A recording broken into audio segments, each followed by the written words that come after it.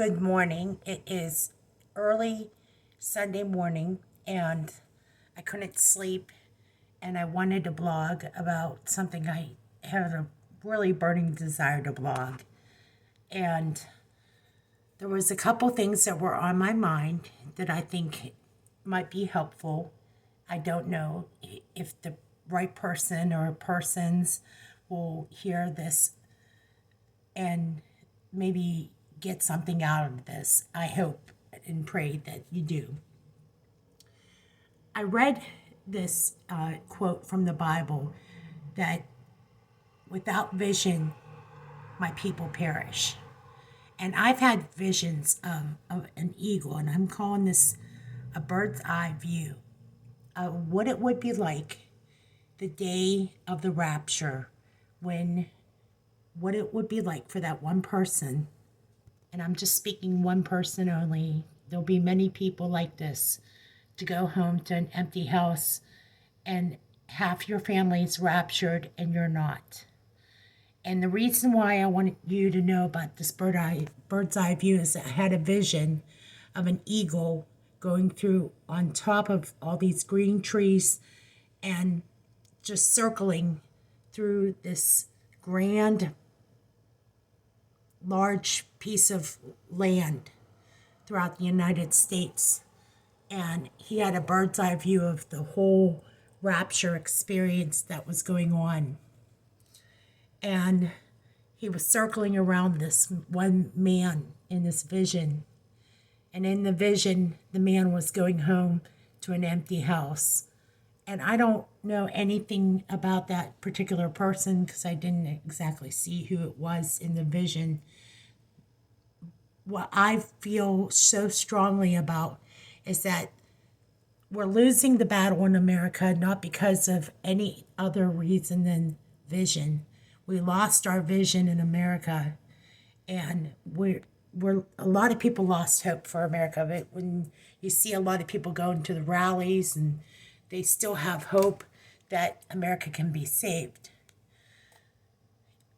that wasn't what I saw. I saw an eagle, searching out basically what was left of the people that were here, that were left behind. And that man could be anyone. That could be a man, that could be a woman. In this vision, though, it was a man. So when I think of salvation, I think of everything changes that moment when you realize what salvation means, when you don't get that second chance.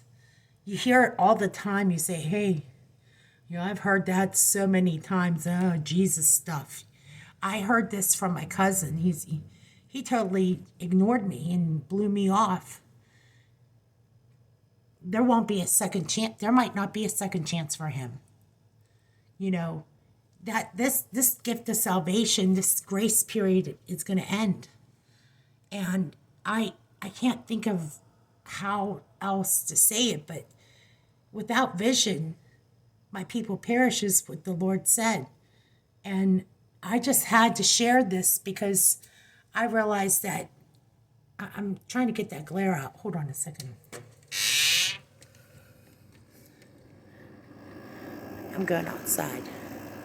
I wanted to say that because I don't want somebody to miss that opportunity to get saved. This might be this is the last mile before the end of the race. And you know how you have to finish well? You know how you always hear that, finishing well? That's what I look at this as, is like, you're going to have to decide if you're going to win this race to the end. And it takes endurance. And there's so many people that are still, dabbling into so many other things, and their lives are going off on in different directions, and they think that they can do both Christianity and other things, and they think that they don't need this Jesus stuff as much as they used to because they found something else that's interesting. this being left behind for tribulation is no joke. It is a salvation issue.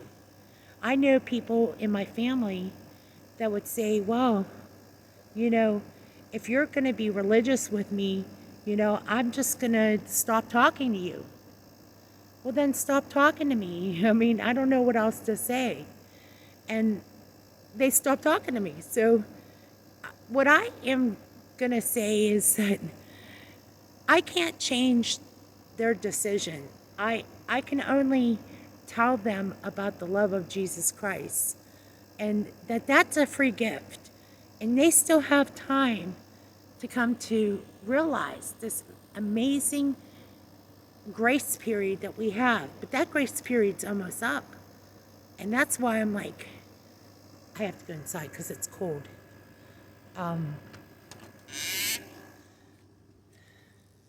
Sorry. It's too cold to be outside. This grace period's almost up, and I don't want to sound like, preachy or too, like beating them over with the Bible. That's not what I'm trying to do. I'm trying to explain to them that vision was because once the rapture occurs, the people left behind are going to have something horrific to cope with, and it will be hell on earth. And we can't emphasize it enough. Jesus' gift of salvation is such a great, amazing, wonderful gift. There is no anything like this. And we know from learning through reading and studying how amazing Jesus is and how great he is, how great our God is, that there is no God like him. There is none. And we're so great.